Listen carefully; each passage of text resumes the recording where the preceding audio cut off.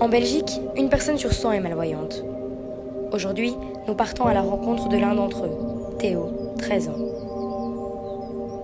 Il a récemment été scolarisé et sa situation plutôt particulière crée de nombreuses polémiques dans son entourage. Pour mieux comprendre, nous l'avons rencontré ainsi que les personnes faisant partie de son quotidien.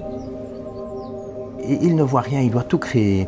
On lui a pas caché, mais on ne lui a pas dit non plus. Il a traité de sale nègre ou je sais plus trop quoi. Le problème, c'est que nous ne savons pas comment réagir. Et Théo ne sait pas qu'il est noir. Et c'est ça que je trouve un peu gênant.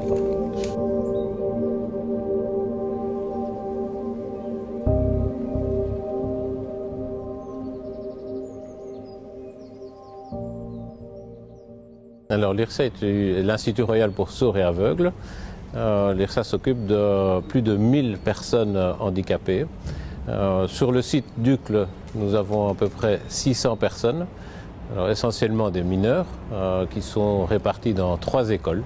Une école fondamentale pour sourds et enfants qui ont des troubles du langage, une école fondamentale pour aveugles et des enfants qui ont des troubles instrumentaux, et alors une école secondaire.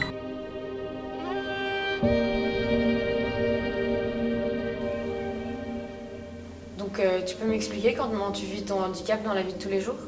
C'est pas forcément un problème pour moi. Je connais pas les couleurs, mais je suis né comme ça, donc je suis habitué.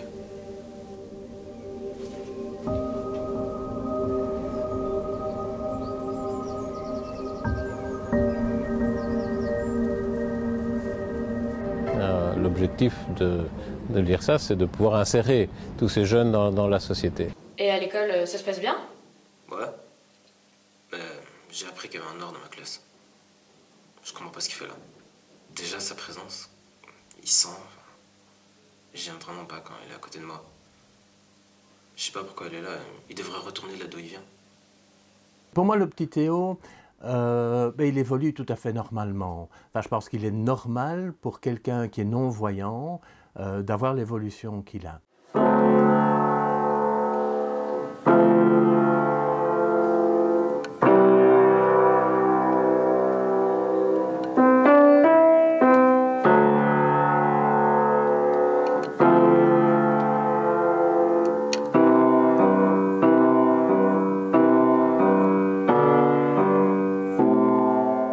En attendant, je suis confrontée à des enfants de tous les jours. Et je pense qu'à cet âge-là, ils peuvent déjà comprendre ce que c'est l'adoption, ils peuvent comprendre pourquoi des parents adoptent. Et surtout, il faut qu'ils sachent d'où il vient, quelle est sa culture et même sa couleur de peau. Il faut qu'ils sachent à quoi il ressemble. C'est pas parce qu'on est aveugle qu'on n'a pas le droit de savoir... de connaître un peu notre physique, quoi. Enfin, je trouve. Donc oui, selon moi, les parents devraient dire quelque chose. Et c'est certainement pas à moi de le faire. Vous savez, les non-voyants vivent dans une bulle, une sorte de réalité virtuelle. Et donc, au contraire de vous et moi, ils sont obligés de se construire un monde dans lequel ils vivent. Et sur base de quoi est-ce qu'ils construisent leur monde? Tout simplement parce qu'ils entendent, parce qu'ils voient, parce qu'ils sentent. Alors, sachant que les parents adoptifs ont quand même un contentieux avec les parents biologiques, autour de lui, il y a des choses qui se disent qui ne sont pas très, très agréables pour des personnes de couleur. Et donc, lui, s'est créé dans sa petite bulle une sorte de racisme par rapport aux Noirs. Et alors, ce qui est paradoxal, c'est que lui est noir, mais il ne le sait pas.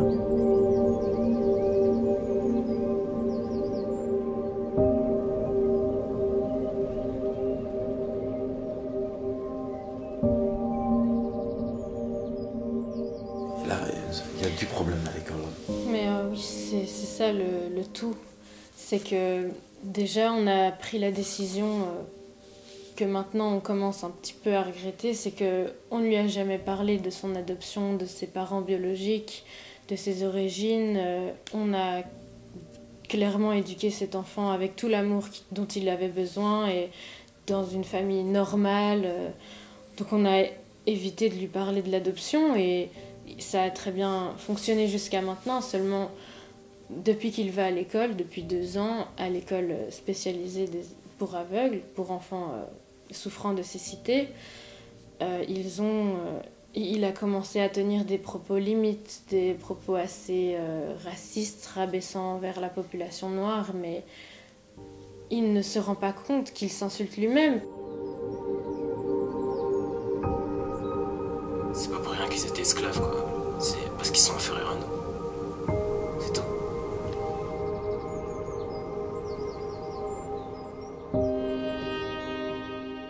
Théo, Théo, c'est un gamin qui cache bien son jeu.